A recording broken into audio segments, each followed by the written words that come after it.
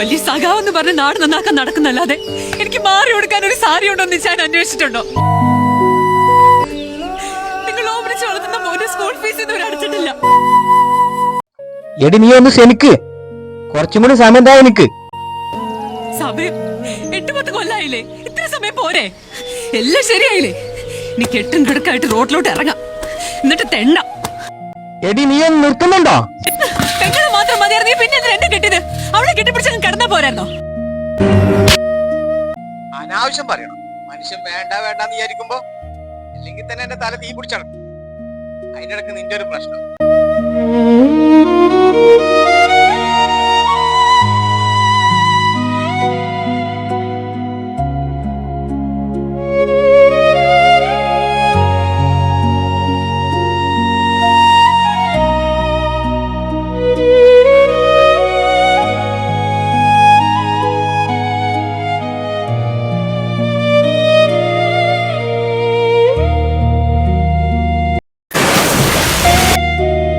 എടി